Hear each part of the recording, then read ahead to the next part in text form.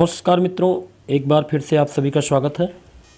आज के इस वीडियो में हम सभी लोग टीजीटी पीजीटी चित्रकला की तैयारी के लिए प्रैक्टिस सेट हल करेंगे और आज का प्रैक्टिस सेट बहुत ही महत्वपूर्ण है। तो चलिए, आज के इस प्रैक्टिस सेट में आपके कितने प्रश्न सही होते हैं कमेंट बॉक्स में ज़रूर बताइएगा और अधिक से अधिक लोग जुड़ जाएँ, अधिक से अधिक लोग इसको देखें, इस प्रैक्टिस सेट को। तो अगर आपने इस प्रैक्टिस सेट को शेयर नहीं किया तो शेयर कर दीजिए, जिससे अधिक से अधिक लोग जुड़ जाएं। तो चलिए पहला प्रश्न हल करते हैं। पहला प्रश्न है, सुप्रसिद्ध कोहिनूर हीरा शाहजहां को किसने उपहार में दिया था? बहुत ही अच्छा प्रश्न है। तो बताइएगा, कोहिनूर हीरा, सभी लोग कोहिनूर हीरा से परिचित होंगे। शाहजहां को किसने उपहार में दिया था? पहला ऑप्शन औरंगजेब ने दिया था, मुराद ने दिया था, कि मीर जुमला ने दिया था, कि अबुल हसन कुतुब शाह ने दिया था। तो जितने लोग ऑप्शन सी जवाब दे रहे हैं बिल्कुल सही है। सुप्रसिद्ध कोहिनूर हीरा जो है शाहजहां को उपहार में मीर जुमला ने दिया था। प्रश्न नंबर 2 देखते हैं। प्रश्न नंबर 2, किस मुगल बादशाह ने बलबन द्वारा प्रारंभ किया गया दरबारी सिजदा और पाबोस जो प्रथा थी, रिवाज जो था, सिजदा को समाप्त कर दिया? अकबर ने, जहांगीर ने, शाहजहां ने, कि औरंगजेब ने? बताइएगा सही उत्तर क्या होगा।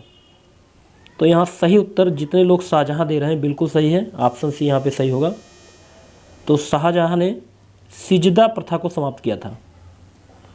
चलिए अगला प्रश्न देखते हैं।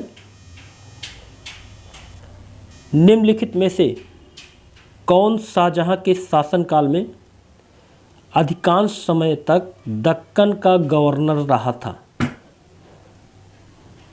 दारा शिकोह, मुराद बख्श, शाह सूजा, कि औरंगजेब?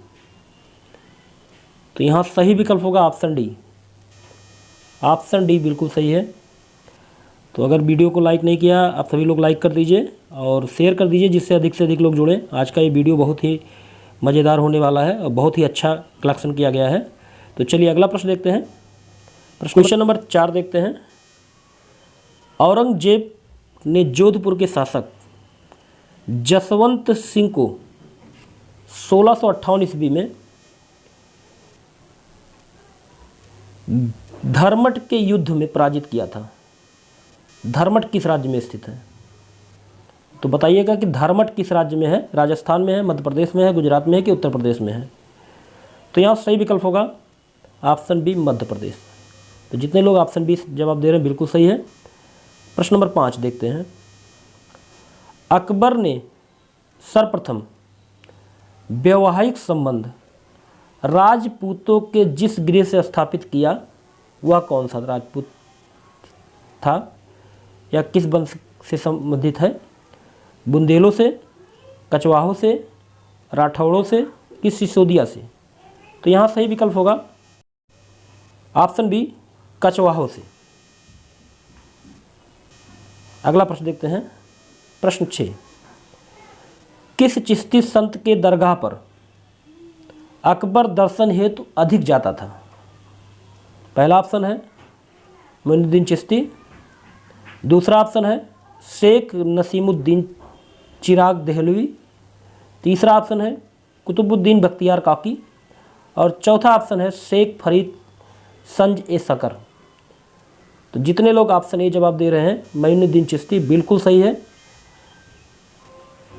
अगला प्रश्न देखते हैं।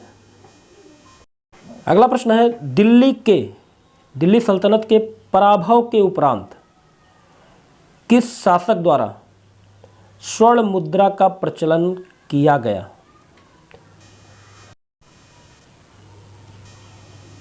प्रश्न नंबर 7, दिल्ली सल्तनत के पराभव के उपरांत किस शासक द्वारा स्वर्ण मुद्रा का सर्वप्रथम प्रचलन किया गया? पहला ऑप्शन है अकबर, दूसरा ऑप्शन है हुमायूं, तीसरा ऑप्शन है शाहजहां और चौथा ऑप्शन है शेर शाह। तो यहाँ सही विकल्प होगा ऑप्शन बी, हुमायूं। चलिए अगला प्रश्न देखते हैं, प्रश्न नंबर 8। राजपूताना के निम्न राज्यों में से किस एक ने अकबर की संप्रभुता स्वयं स्वीकार नहीं की थी? आमेर, मेवाड़, मरवाड़ कि बीकानेर? तो यहाँ सही विकल्प होगा ऑप्शन बी, मेवाड़। उस समय मेवाड़ का शासन था राणा प्रताप के हाथ में, और राणा प्रताप ने बहुत समय तक, बड़ी लंबी समय तक अकबर से युद्ध किया था। तो चलिए अगला प्रश्न देखते हैं, प्रश्न नंबर 9। निम्नलिखित में से किसने अपने बादशाह पति के लिए मकबरे का निर्माण करवाया था? तो बताइए, किसने अपने बादशाह पति के लिए मकबरे का निर्माण करवाया था? शाह बेगम, हाजी बेगम, मुमताज महल बेगम कि नूरनिसा बेगम? तो यहाँ सही विकल्प होगा ऑप्शन बी, हाजी बेगम ने। अगला प्रश्न, प्रश्न नंबर 10। प्रश्न बहुत ही अच्छे हैं, और अगर आपने लाइक नहीं किया हो तो लाइक कर दीजिए और शेयर कर दीजिए, जिससे अधिक से अधिक लोग जुड़ जाएं। अगला प्रश्न है, चांदी का सिक्का किसने शुरू किया? अकबर ने, शेरशाह ने, अलाउद्दीन खिलजी ने कि बख्तियार खिलजी ने? तो यहाँ सही विकल्प होगा ऑप्शन बी, शेरशाह ने। चांदी का सिक्का शुरू करने वाले शेरशाह हैं। अगला प्रश्न देखते हैं, राणा सांगा ने निम्नलिखित युद्धों में से किसमें बाबर के विरुद्ध लड़ाई की थी? पानीपत का युद्ध कि खानवा का युद्ध कि चंदेरी का युद्ध कि घाघरा का युद्ध? तो ऑप्शन बी यहाँ पे सही होगा, खानवा का युद्ध। चलिए अगला प्रश्न देखते हैं, प्रश्न नंबर 12। प्रश्न 12 में पूछा जा रहा है, निम्न में से कौन सुमेलित है? तो यहाँ आपको सुमेलित बताना है कि किसका सुमेल सही है। तो यहाँ सही विकल्प होगा ऑप्शन डी, द्वैताद्वैतवाद वल्लभाचार्य जी के द्वारा चलाया गया था। तो यहाँ पे ऑप्शन डी सही होगा। अगला प्रश्न देखते हैं, अगला प्रश्न है, भगवान शिव की प्रतिष्ठा में कितने ज्योतिर्लिंग स्थापित किए गए हैं? 6, 12, 24 कि 18? तो सही विकल्प होगा ऑप्शन बी, 12। अगला प्रश्न है, प्रश्न नंबर 14। निम्नलिखित पशुओं में से किस एक का हड़प्पा संस्कृति में पाई मुहरों और टेराकोटा कलाकृतियों में निरूपण नहीं हुआ है? ऑप्शन ए गाय, ऑप्शन बी हाथी, ऑप्शन सी गैंडा, ऑप्शन डी बाघ? तो यहाँ पे सही विकल्प होगा ऑप्शन ए गाय। अगला प्रश्न है, प्रश्न नंबर 15। निम्नलिखित में से किस एक पुरास्थल में से पाषाण संस्कृति से लेकर हड़प्पा सभ्यता तक के संस्कृत अवशेष प्राप्त हुए हैं? पूरा स्थल से पाषाण संस्कृति से लेकर हड़प्पा सभ्यता तक के संस्कृत अवशेष प्राप्त हुए हैं। पहला ऑप्शन आमरी, दूसरा ऑप्शन मेहरगढ़, तीसरा ऑप्शन कोटदीजी और चौथा ऑप्शन कालीबंगा। तो यहाँ पे सही विकल्प होगा ऑप्शन बी, मेहरगढ़। मेहरगढ़ ऐसा पूरा स्थल है जहाँ से पाषाण संस्कृति से लेकर हड़प्पा सभ्यता तक के संस्कृत के अवशेष प्राप्त हुए हैं। अगला प्रश्न देखते हैं, एक जुते हुए खेत की खोज की गई कहाँ पे? मोहनजोदड़ो में, कालीबंगा में, हड़प्पा में कि लोथल में? तो यहाँ सही विकल्प होगा ऑप्शन बी, कालीबंगा में। चलिए अगला प्रश्न देखते हैं, प्रश्न नंबर 17। नवदाढ़ टोली किस राज्य में अवस्थित है? बहुत महत्वपूर्ण प्रश्न है। नवदाढ़ टोली किस राज्य में अवस्थित है? गुजरात में है, महाराष्ट्र में है, छत्तीसगढ़ में है कि मध्य प्रदेश में है? तो जितने लोग का जवाब ऑप्शन डी है, मध्य प्रदेश, बिल्कुल सही है। नवदाढ़ टोली मध्य प्रदेश राज्य में स्थित है। प्रश्न नंबर 18 देखते हैं, बृहद पाषाण स्मारकों की पहचान की गई है? पहला ऑप्शन सन्यासी गुफाओं के रूप में, दूसरा ऑप्शन मृतकों को दफनाने के स्थान के रूप में, तीसरा ऑप्शन मंदिर के रूप में और चौथा उपरोक्त में से कोई नहीं। तो यहाँ सही विकल्प होगा ऑप्शन बी, मृतक को दफनाने के स्थान के रूप में। अगला प्रश्न देखते हैं, प्रश्न नंबर 19। राख का टीला निम्नलिखित में किस नौपाषाणिक स्थल से संबंधित है? पहला ऑप्शन बुधिहाल, दूसरा ऑप्शन संगनकुल्लू, तीसरा ऑप्शन कुलडीहा और चौथा ऑप्शन ब्रह्मगिरी। तो ऑप्शन बी यहाँ पे सही होगा, ऑप्शन बी यहाँ पे सही है। प्रश्न बहुत ही अच्छे हैं, आपने लाइक नहीं किया हो तो लाइक कर दीजिए वीडियो को।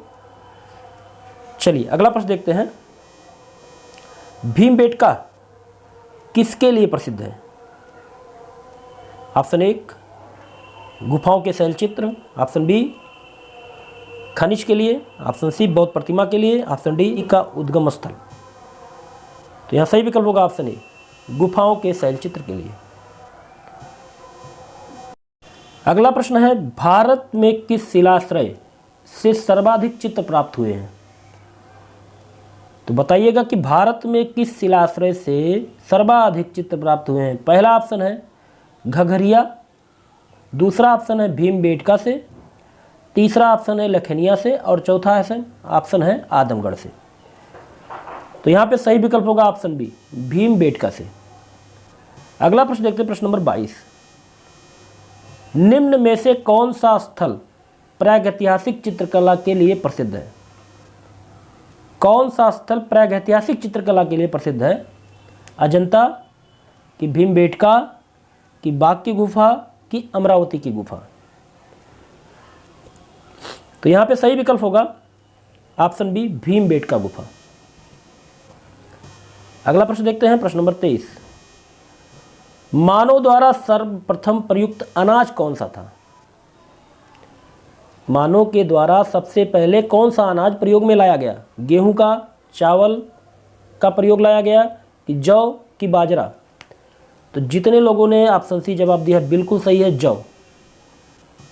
अगला प्रश्न देखते हैं। अगला प्रश्न है, निम्नलिखित में से वैदिक साहित्य का सही क्रम कौन सा है? तो आपको बताना है कि कौन सा वैदिक साहित्य क्रम सही है। पहला ऑप्शन पढ़ते हैं, पहले वैदिक संहिता, फिर ब्राह्मण, फिर आरण्यक, फिर उपनिषद। दूसरा ऑप्शन पढ़ते हैं, पहले वैदिक संहिता, फिर उपनिषद, फिर आरण्यक, फिर ब्राह्मण। तीसरा ऑप्शन है वैदिक संहिता, आरण्यक, ब्राह्मण, उपनिषद। चौथा ऑप्शन है वैदिक संहिता, वेदांग, आरण्यक और स्मृतियाँ। तो यहाँ पे सही विकल्प होगा ऑप्शन ए, पहले वैदिक संहिताएँ आई, फिर ब्राह्मण ग्रंथों का निर्माण हुआ, फिर आरण्यक, फिर उपनिषद। तो यहाँ पे ऑप्शन ए जितने लोगों ने जवाब दिया बिल्कुल सही है। अगला प्रश्न देखते हैं, प्रश्न नंबर 25। आरंभिक वैदिक साहित्य में सर्वाधिक वर्णित नदी कौन सी है? आरंभिक वैदिक साहित्य में सबसे ज़्यादा किस नदी का वर्णन किया गया है? सिंधु नदी का, शताब्दी का कि सरस्वती का कि गंगा का? तो यहाँ पे सही विकल्प होगा ऑप्शन ए सिंधु नदी का। तो आरंभिक वैदिक साहित्य में सबसे अधिक वर्णन की गई नदी है सिंधु। अगला प्रश्न है, वैदिक नदी अश्कनी